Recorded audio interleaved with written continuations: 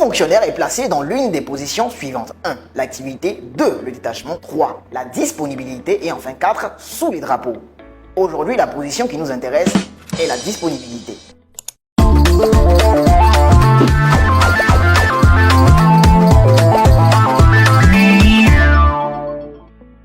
Bonjour et bienvenue dans les tutos de la fonction publique. L'article 34 du statut général de la fonction publique dit, et je cite, « La disponibilité est la position du fonctionnaire dont l'activité est suspendue temporairement à sa demande pour raison personnelle et dans les cas suivants. Accident ou maladie grave du conjoint ou d'un enfant. La durée de la disponibilité ne peut en ce cas excéder une année.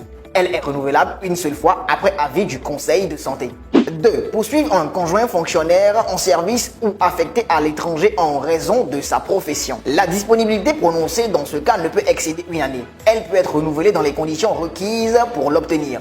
3. Poursuivre un conjoint non fonctionnaire résidant hors du lieu d'affectation du fonctionnaire. La durée de cette disponibilité est d'une année renouvelable une seule fois. Cette mise en disponibilité ne peut être suivie d'une disponibilité pour convenance personnelle. Enfin, 4. Pour convenance personnelle. La durée est d'un an, renouvelable une seule fois. Attention, j'ai parlé de disponibilité, pas de mise à disposition. Parce que les gens ont tendance à confondre ces deux termes qui sont carrément différents. Pardon, j'oubliais. Le fonctionnaire placé en disponibilité ne bénéficie d'aucune rémunération. Traduction, quand tu es en disponibilité là, l'État ne te paye pas, à la prochaine.